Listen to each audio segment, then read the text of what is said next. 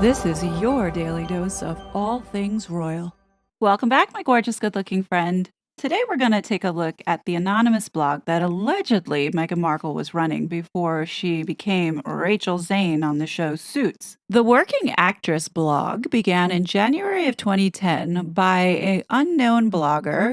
As the profile says, is a female from LA and states that I am a working actress and I don't have an entourage, not a star, not in tabloids.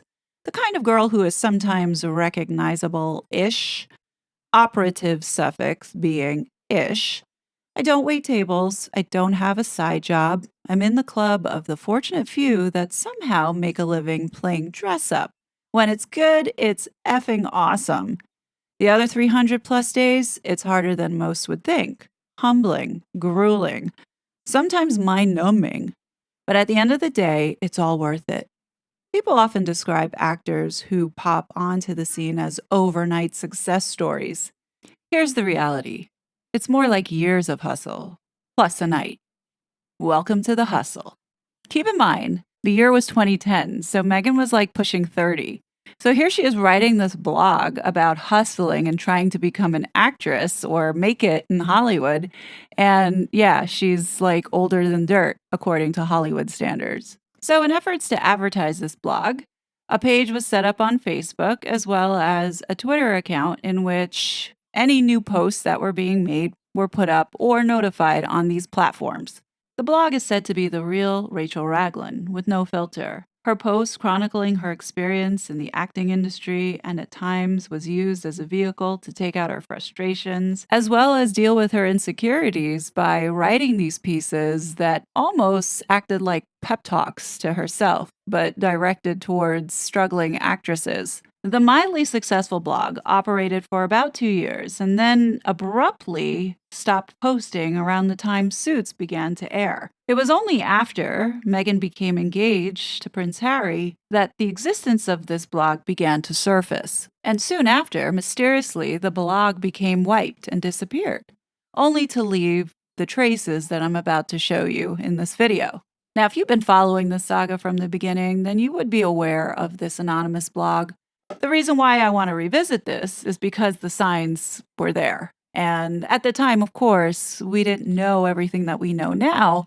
But looking back, you could say, wow, the signs were in front of our faces.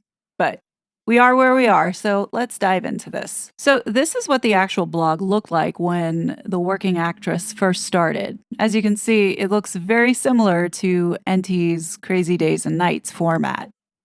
But then on November 23rd, 2010, the blog moved over to a WordPress website called theworkingactress.com, in which the news site looked like this. I'll be honest, it's pretty basic and uninspiring, but I wouldn't expect anything less from Miss Beige herself. But let's go back to the old format. So according to the archive screen capture, this was posted on November 23rd, 2010. And The Working Actress writes, "This movie blew my mind. Rarely do I go to screenings where I'm just overwhelmed by how good a film is. The acting, the story, the heart of this film, I could see it over and over again. It's like being in a master acting class. You leave this film learning something about your craft and, as with all great films, about your life. You must see it." Opens December 31st, 2010. So this is all that is posted. And quite frankly, idiotic, because you don't know what film The Working Actress is talking about, which is kind of stupid. And you'll see the idiocy throughout the various posts that were made. Like, whoever, wink wink, made this blog is just a shit writer. And, it kind of just goes along with everything else that we know about a certain someone, right? Let's look at this next inspiring post, dated Friday, November 19th, 2010. A little BBM chat. So I love my BlackBerry. Don't try to sell me on the iPhone. It's not happening. I love the BlackBerry Messenger feature. Free anywhere in the world. Oh boy, sounds like she is merching there. And I'm constantly chatting back and forth with my buddies. I usually don't think that anything we rattle on about is notable, but today my friend and I were chatting, and at the end she wrote, "Ha ha ha ha ha. That is a blog entry." She, by the way, is one of the few people who know about the working actress. Here is a glimpse of our banter. Me. Just watched your show while I was working out. Great job. And you looked hottie boom body. Red is such a good color on you. It makes me look like a whore. Ha! Friend. Ha! Thanks. That's hilarious. I'm sure you don't look like a hoe bag. Me. Okay, but I do. It's okay. There are plenty other colors in the world, and sometimes I need to look like a slut.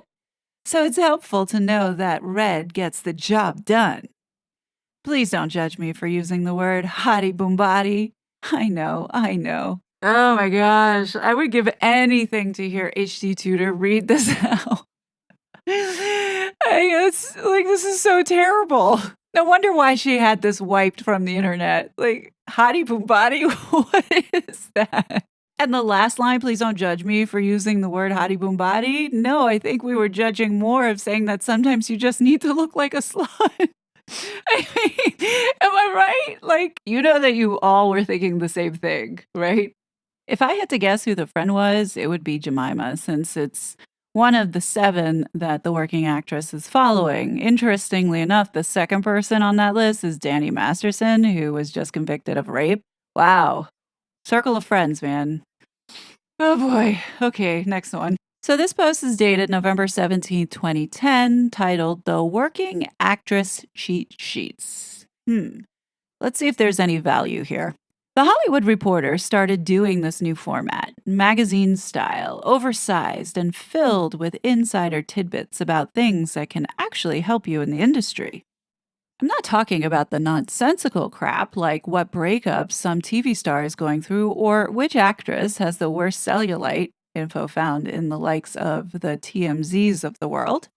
Here you'll find where Spielberg eats lunch, that Nina Tassler, president of CBS Entertainment, loves Scrabble. You'll find out which execs recently tied the knot. You'll hear about the new trend in casting and discover every other little insight that can actually help you. So, if you meet with Nina Tassler for a general, you can chat about something a bit more personal than your real. That if you are struggling and trying to figure out where to wait tables, you can plant yourself in a place where hard hitters eat. And it's entertaining too. Kind of like Us Weekly, except that it doesn't suck your soul. The format is great. It is a clean, easy read, and it's an incredible resource. You can thank me later. As if she wrote something so groundbreaking. And there you have it, folks. A small peek into the mind of a stalker. Very strategic, very calculated, studies her prey. So when the time comes, they can whip those fun facts out in order to establish a connection.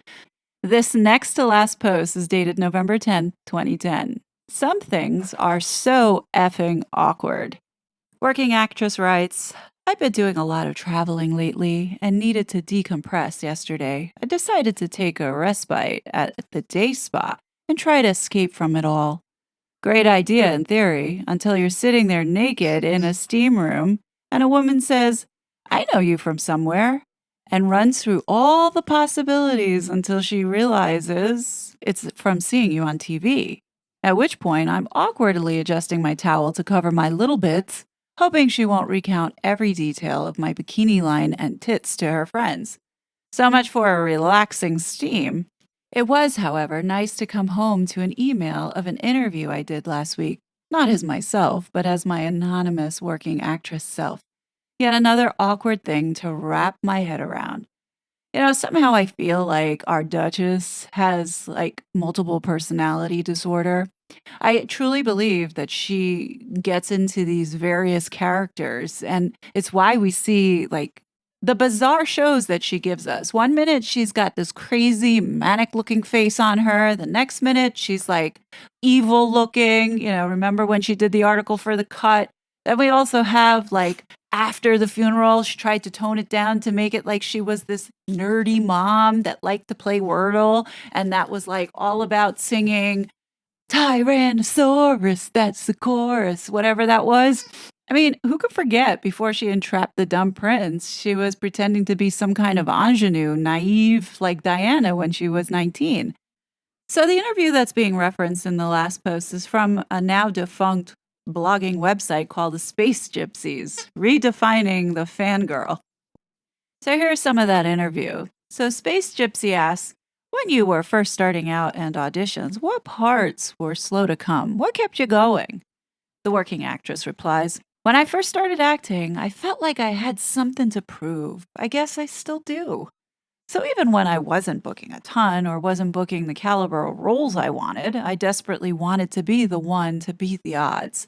I had a fight in me. And also, at the beginning of my career, it was also new and exciting. I loved racing from audition to work as a hostess at a restaurant and hoping that one audition would change my life. It's interesting to read this because what you see here is the early beginnings of spinning the narrative that she wants. She wants people to think that she's an accomplished, successful actor. Just because she landed one role on call sheet number 6 on Suits doesn't mean that she actually made it. And here you see, like, oh, I don't have to do this anymore. Like, she had the fight in her. And, in the beginning of her career, it was exciting. And, not disclosing that she didn't have to work as a result of living off of her boyfriend. As you can see, everything is in past tense. Is it in past tense because she thinks she made it? Because she got a part on Suits and she didn't have to struggle anymore because she was living with a boyfriend who was paying for everything? Possibly. This next question's interesting. Have you ever gone to an audition and booked a part only to discover when you arrive on set that the gig wasn't what you thought were told it would be?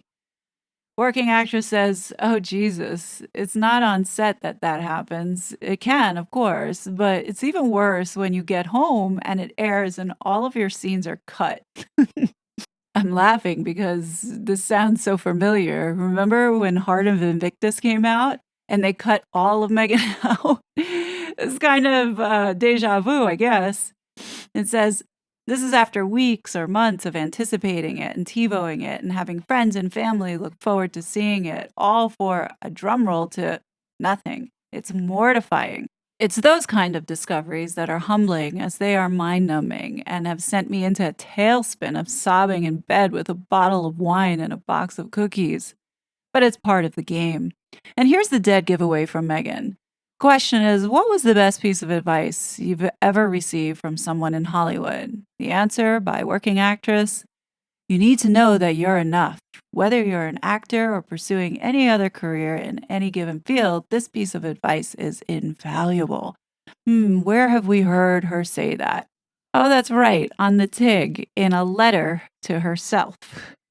And what seals it for me as the dead giveaway that it is truly indeed Meghan is this tweet. This industry can be brutal, a pearl of wisdom. Don't give it 5 minutes if you're not going to give it 5 years. Now, how many times do we know that she has said that? Like all the effing time.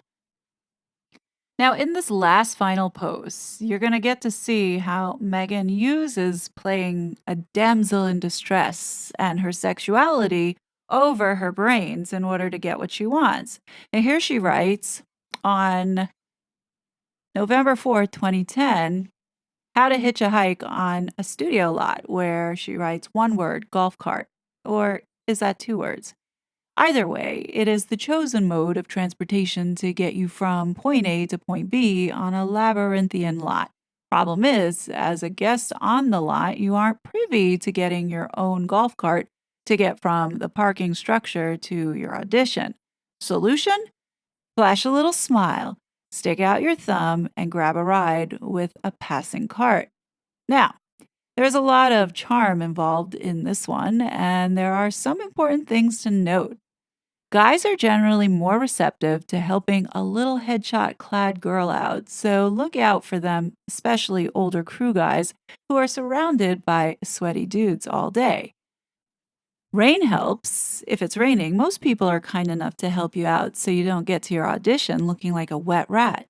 Heels are good too, not to whore it up, but to ask someone to help you because your feet are killing you. Never neglect the power of being lost. If you don't know your way around a lot, don't just ask for directions from someone on a golf cart. Keep in mind that there's nothing wrong with good old exercise in actually walking to these appointments. But when you have to go to CBS Radford, where you literally have to take a bridge to cross a river to get you to your appointment, flag down the best mode of transportation on the lot. As you can see, everything is so manipulative. Oh, prey on the old guy, make him feel bad that you're a damsel in distress and need to be rescued. Oh, you know that Megan was on that lot showing her tits and ass to get on that golf cart. Make no mistake about it. Those titties were out, and I'm pretty sure that she was wearing red. I totally get why Megan would wanna have this pulled from the internet. It's so bad, and when you look at some of the articles that were posted that are no longer retrievable, with titles such as, "Come read about the girl with the magical boobs," and "How screwable are you?" If I were to bet on what that post was about, I'm sure it involves some casting couches. Just saying. Yeah, I'm pretty sure that that would have been a deal breaker for the queen. Now, in the last part of this video, and I saved the best for last, is this blog of another blogger that was reposting something that was posted on The Working Actress. And I would like to read it out loud because the working actress gets her ass handed to her. Here is what was said. So, the question that was asked on this acting blogger site, David H. Lawrence writes in response to, "Do I really need to carry my headshots with me?"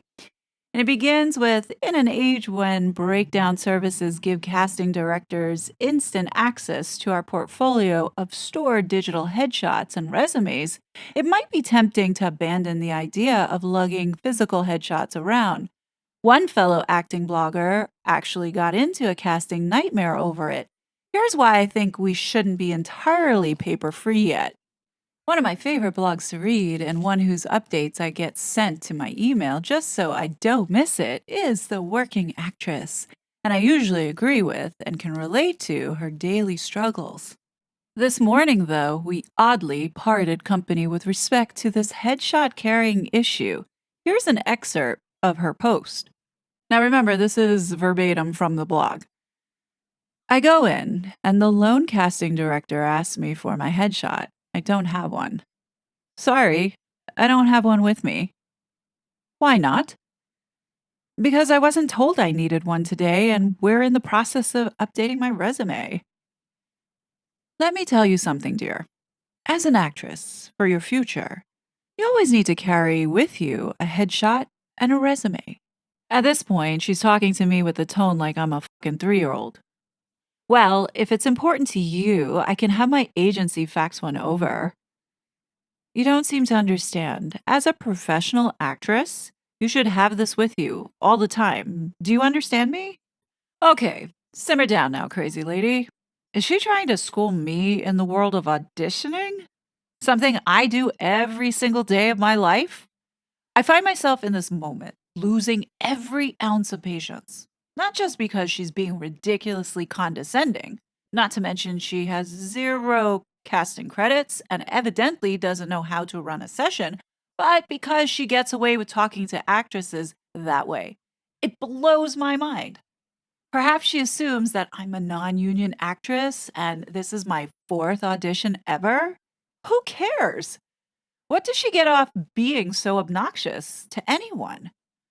It drives me crazy. I roll my eyes because I succumb to her level of obnoxiousness and shamefully could not control my eyes from doing a backflip into their sockets. Turn around to set up the space and center the chair. She walks over and says, "You're going to be standing. You're not going to use the chair." I look up at her. "Well, actually, there are 5 scenes, and I am going to use the chair for a couple of them." "No, you're not," she says. "We're not using the chair today." What the fuck? I'm sorry, I thought I was an actress. You know, the kind that makes choices and works on her material? I can't even sit now? And in that moment, time froze, and a voice in my head kept saying to me, "Just leave, just leave, just leave." I can safely say I've never had the impulse to leave an audition, but today I battled the urge. I ended up staying, doing the scenes standing up, mind you, and leaving without saying thank you, shaking her hand, or giving a shit. And Meghan wonders why she never made it in Hollywood. I mean, forget that she is a shit actress, but look at her attitude. So, this blogger was so appalled by this post that he actually felt compelled to leave a comment on the working actress's blog. And here's what he wrote. Actually, I think this one's on you. I'm not sure where you are in your career, but from what I read and the issues that you're dealing with, the things that are currently important to you, I don't think you're as far along as you might think or are being told by your current representation. You don't seem to be as far along as those well known to the casting directors, actors who might be one step shy of being offer only and are in the last stages of having to audition at all, and who really don't need to carry a headshot resume because their IMDb page has a more button at the bottom. I read your posts every day, and the one thing that strikes me as odd is that you don't carry your headshots with you. Updating a resume is, at most, a half-hour proposition. And if you had your headshot resume, the audition might not have been a jello wrestling exercise. Certainly, she was out of line, insanely so, to suggest you can't use the chair, but for an actor to always carry a headshot resume is a small thing to ask and a responsible thing to do. Plus, if you have different looks for different types of roles, you get to replace what the session runner has in the stack with a shot of your choosing, helping you further control their view of you. Just one working actor's opinion, I guess, but I see it happening to the actor's detriment every day. I will bet the working actress did not like that comment at all. So this blogger finishes his article by saying, I do hope the working actress takes my comments in the spirit of support and growth in which they were meant. Later, I thought more about it, and other things popped into my head. Rolling your eyes? Fight the urge harder. You're not just auditioning here, you're building a relationship. This casting director with 0 credits might someday soon be in a position to gatekeep your career. Don't make that a done deal by being snarky. Another clue was her mentioning that the casting director was all alone in the room. Perhaps she had a video camera rolling. The working actress doesn't say anywhere in her post. If she did, she probably wanted to set it and forget it, asking her actresses to stand so she didn't have to read with them and run the camera, following the auditioners down the chair. Well, folks, this is for you to decide. For me, this last piece solidifies and validates that Meghan Markle is an asshole. And all the stories that we heard about how she treats people, and I believe it. She's not a nice person. I mean, as if the last 6 years didn't give us enough evidence that she's just a awful human being. She likes to keep her legs open, and that's most likely how she got to where she is right now. Anyhow, I'm going to stop right there, but please join me back again for the next video. In part 2, we're going to be going through the Inside Actors podcast, in which the working actress gives us such wise advice. And boy, you don't want to miss it, but definitely let me know your thoughts. As always, I will be back with more content, but until then, please be safe, and I'll talk to you later. Bye! You're such a fraud.